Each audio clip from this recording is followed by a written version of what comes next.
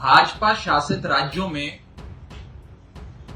एजेंसियां साइलेंट हैं और गैर भाजपा शासित राज्यों में एजेंसियां वायलेंट हैं। जितने मुकदमे सीबीआई और ईडी ने पिछले कुछ सालों में नेताओं के खिलाफ करे हैं, उसमें से 95% केसेस विपक्ष के नेताओं के खिलाफ। द्वेष की भावना से, बदले लेने की भावना से कोई भी व्यक्ति भाजपा के खिलाफ आवाज ना उठाए, उसकी आवाज कुचलने की भावना से इन एजेंसियों को लोगों पे छोड़ा जाता है कि जो बीजेपी में चला जाएगा वो इनाम पाएगा और जो बीजेपी के खिलाफ आवाज उठाएगा उसके घर ईडी नाम का मेहमान आएगा।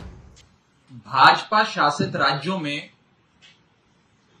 एजेंसियां साइलेंट हैं और गैर भाजपा शासित राज्यों में एजेंसियां वायलेंट हैं। 2004 से लेकर 2014 के बीच जब यूपीए की सरकार थी, 10 सालों में इन्फोर्समेंट डायरेक्टरेट ने मात्र 112 जगह रेड करी, लेकिन 2014 से लेकर 2023 तक इन 9 सालों में इसी इन्फोर्समेंट डायरेक्टरेट ने 3100 जगहों पर रेड करी। और सिर्फ ये नहीं, जितने मुकदमे सीबीआई और ईडी ने पिछले कुछ सालों में नेताओं के खिलाफ करे हैं, उसमें से 95% केसेस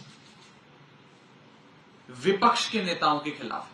द्वेष की भावना से, बदले लेने की भावना से कोई भी व्यक्ति भाजपा के खिलाफ आवाज ना उठाए, उसकी आवाज कुचलने की भावना से इन एजेंसियों को लोगों पे छोड़ा जाता है। और खास तौर पे जब से इंडिया का गठबंधन हमारा बना, एक मजबूत गठबंधन बना जिसमें भारत देश की 135 करोड़ आबादी समा रही है, देश के कोने कोने से बड़े बड़े राजनीतिक दल, बड़े बड़े नेता साथ आए देश को बचाने के लिए। जब से इंडिया गठबंधन बना है तब से इन एजेंसियों की द्वारा की जा रही रेड, द्वारा की जा रही जांचें, द्वारा की जा रहे समन्स इशू लगातार बढ़ते जा रहे हैं। आए दिन हम देखते हैं कभी तमिलनाडु में डीएमके के मंत्री या नेताओं के यहां रेड चल रही होती, कभी बंगाल में ममता बनर्जी की पार्टी तृणमूल कांग्रेस के मंत्रियों नेताओं पर रेड हो रही होती, कभी महाराष्ट्र में शिवसेनाओं के नेताओं को पकड़ के जेल में डाला जा रहा होता, कांग्रेस के नेताओं पर रेड चल रही होती है।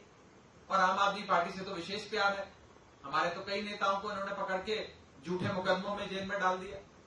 तो एक माहौल बनाया जा रहा है कि बस विपक्ष के और इंडिया गठबंधन के नेताओं को पकड़ के जेल में डालो। ये वही लोग करेंगे जिन्हें डर लगता है इंडिया गठबंधन से। ये उनका डर, उनका खौफ दिखाता और कुछ नहीं दिखाता। रख लेंगे 4 दिन, 10 दिन, महीना अंदर, कोर्ट से छूट जाएंगे, लेकिन ये आपका डर, आपके मन का खौफ दिखाता है। साथियों, आज अगर इन केसों से मुक्ति किसी भी नेता को पानी है तो वो भाजपा ज्वाइन कर सकता है, या किसी भी नेता की पार्टी को, पॉलिटिकल पार्टी को इन सारे मुकदमों से निजात पानी है तो वो इंडिया गठबंधन का हिस्सा बन सकता। क्योंकि जैसे ही आप बीजेपी या एनडीए ज्वाइन कर लोगे, ये सारे मुकदमे आपके बंद हो जाएंगे। और इसके कई उदाहरण हैं।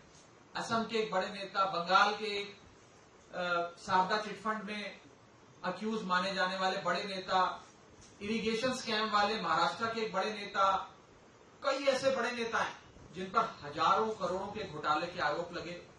ईडी सीबीआई ने जांचें करी, लेकिन उस नेता ने अपनी पार्टी छोड़कर भाजपा ज्वाइन कर ली, सारे मुकदमे बंद हो गए।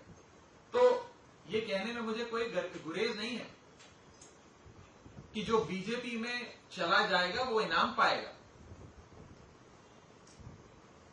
और जो बीजेपी के खिलाफ आवाज उठाएगा उसके घर ईडी नाम का मेहमान आएगा।